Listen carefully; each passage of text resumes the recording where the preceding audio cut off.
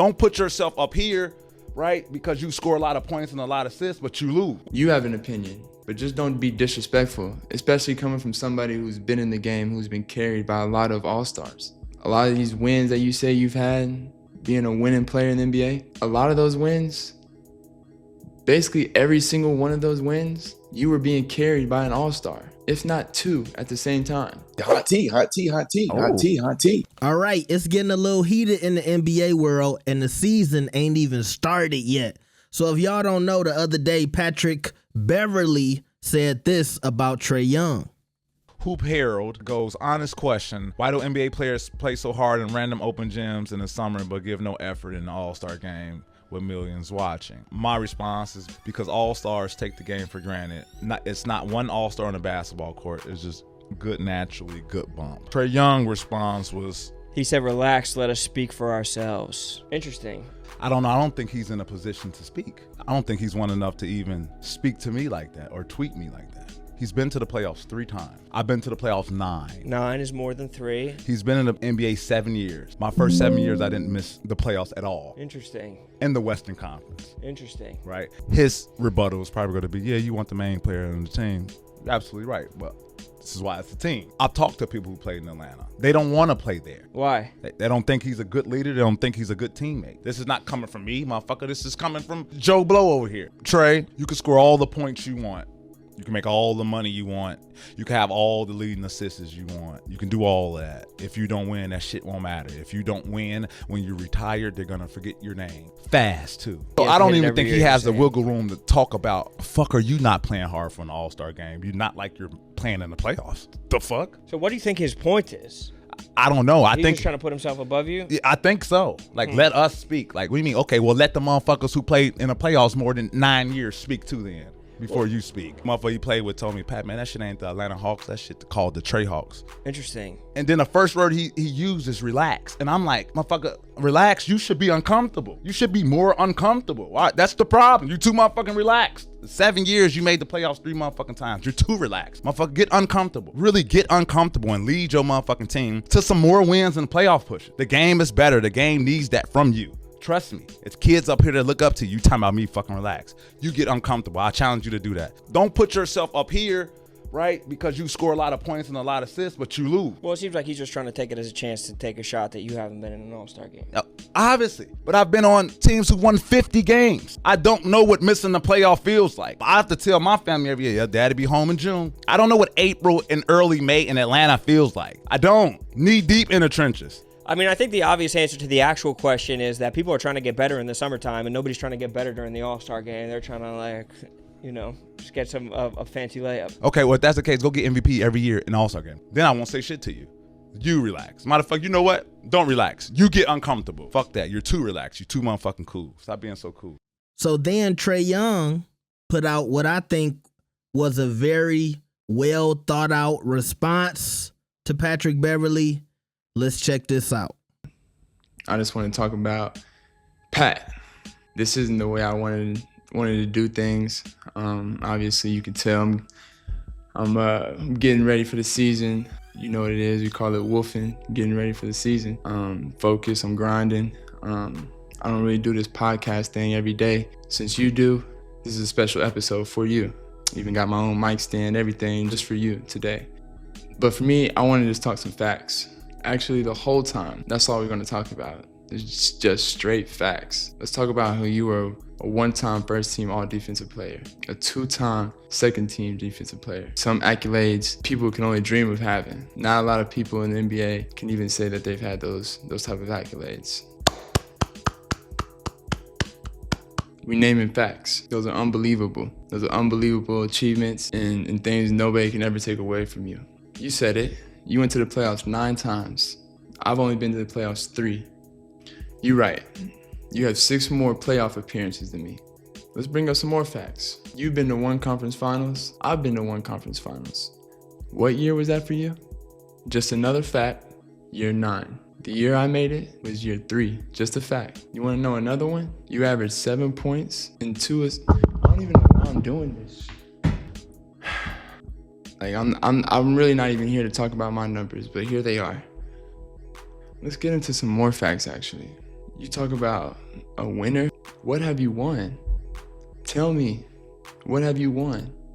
And don't respond with that like sympathy. I won in life, I won in basketball, because you did, man. You made it to the NBA. There's very few many people that can say that.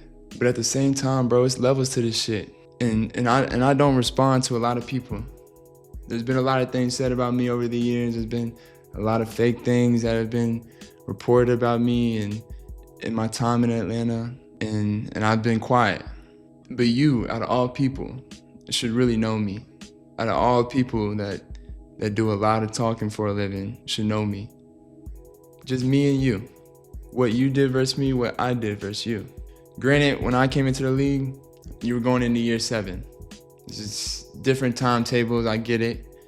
You're a little bit later into your career. I was 19, about to be 20, going into my rookie season. Do you want to know your age going into your rookie season? You were 24, your first year in the NBA. So you're talking about uncomfortable. Man, you don't know what uncomfortable is. Not in my world. We all had different things. We all had different battles that we fight with on and off the court.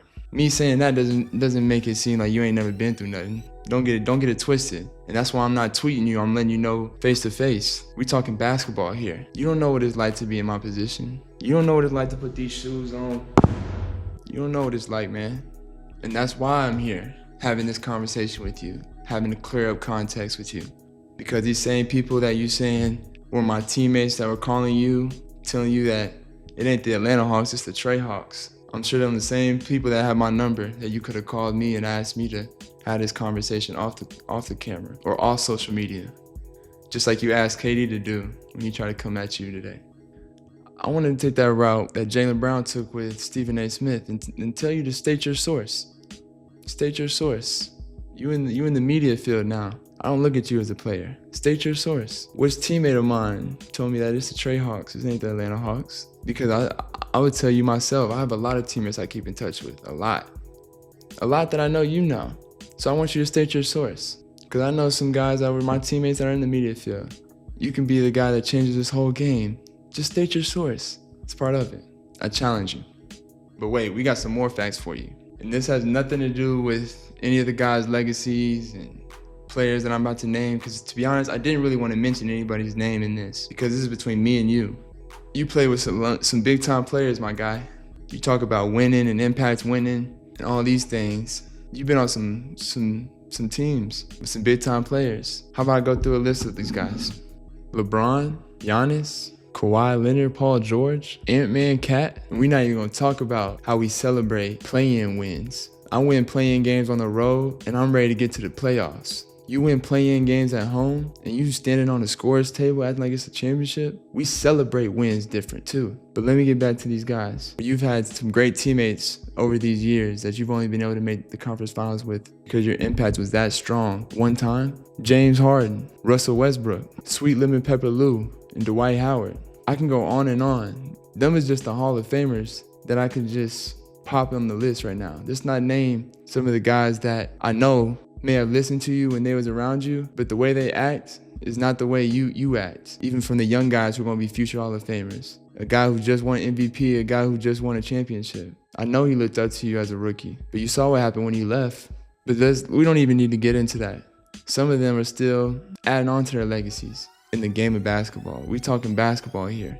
In one conference finals to show for it, your impact for winning was very strong, huh? And this ain't no shot again to them guys, because I know from being in my shoes, I know how hard it is to win in this league. I know how much luck you have to have on your side to win at a high level and go play into June, like you said, because you play in June every year, huh? You've been able to play with all these guys, and you talk about impact winning. Where was your real impact in winning? I know you were labeled as a tough defender, a great defender, and the accolades say that you were. But I promise you, anytime you was on the court with me, I was never scared of you. I was never scared of Patty Bev. I promise you. And as you can tell, Patty don't scare me now. And also, let me clarify my tweet for you, since you want to do it this way. Relax. Let us speak for ourselves. It's simply just that. let us speak for ourselves. Some of us have different opinions than others, but if you have somebody who's a non-All-Star, who's never been to the All-Star game, never even had a chance, or even felt like he had a chance when he was playing in this league, say that the guys who are All-Stars take the game for granted when we playing. I can't speak for every All-Star that's been there. I can only speak for myself, and I just wanted to let you know that you need to relax, because not every All-Star that's played in the game or plays in the game wants to play the way we do, or wants to see the type of performances that we've had. So when I say let us speak for ourselves, I mean just that, Patty. Let the All-Stars speak about us. Let the All-Stars speak about the game. Everybody has an opinion.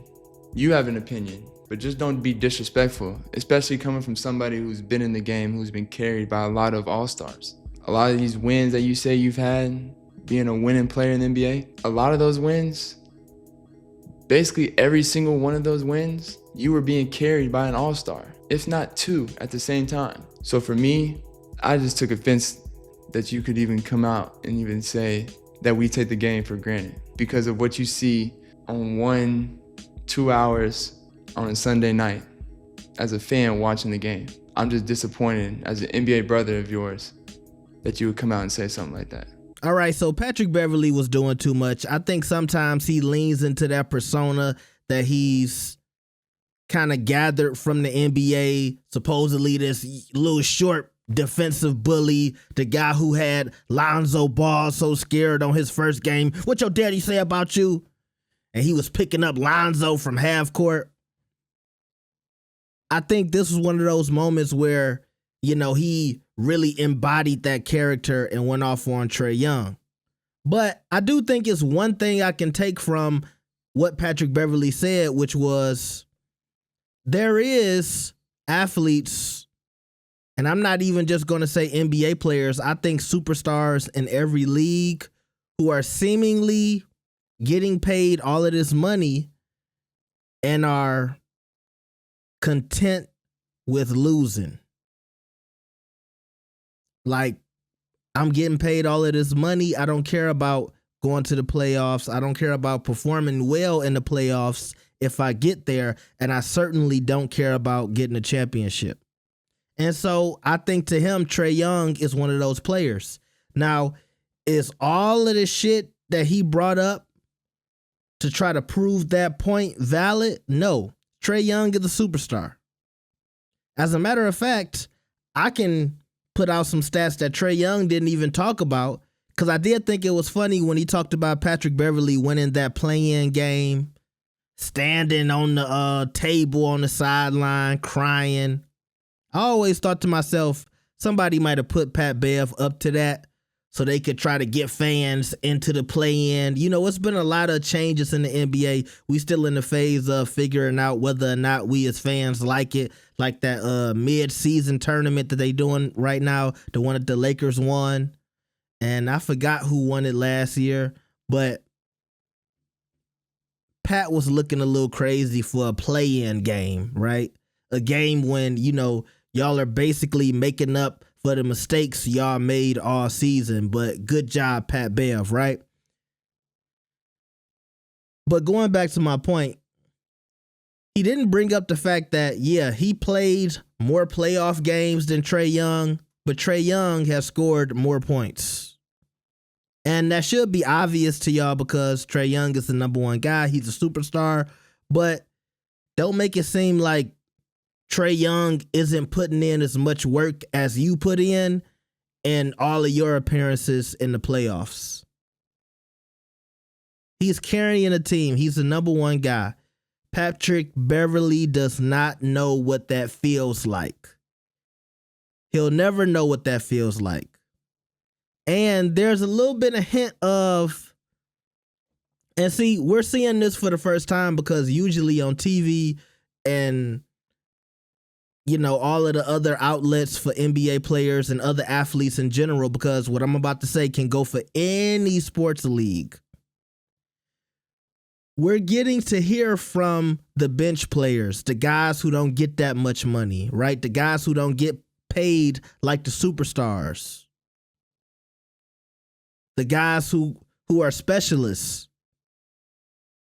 the guys that get bounced around teams because, you know, that's what their services are needed for. Okay, we need a shooter, we need a lockdown guy, we need a rebounder.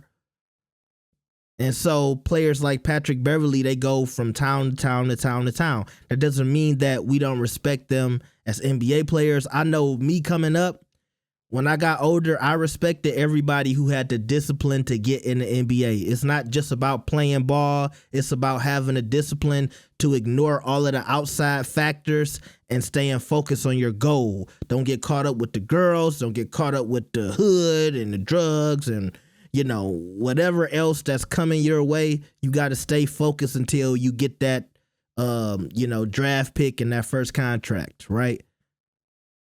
So I'm not trying to take anything away from anybody, but I think this is how a lot of these guys who aren't superstars feel about the superstars. Man, if I was getting that money, man, if I was making that money, if that was me in that position, if I was getting 100 million, if I was getting a super max, I would be playing hard in the All-Star game. I would be going hard trying to get to the playoffs. I'd be doing this. I'd be doing that.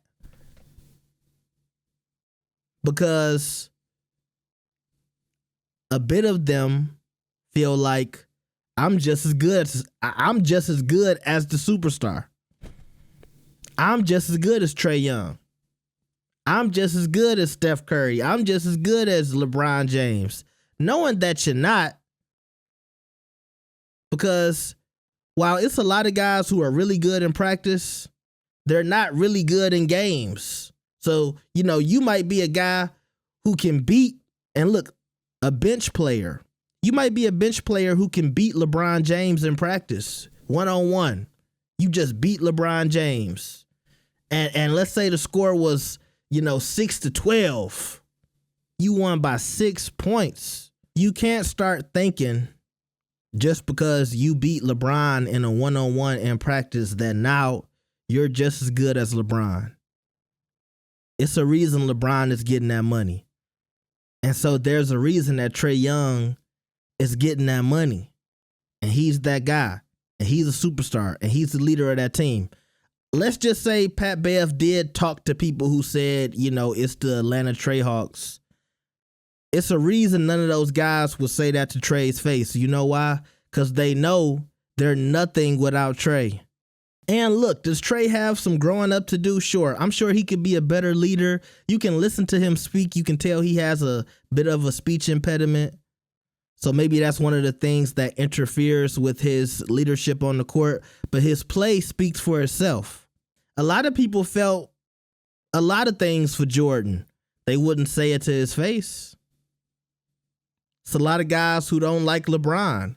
He's been in the league so long, you hear whispers about it, but who says it in the locker room? It's always jealousy and hate for the superstars, whether it's warranted or not.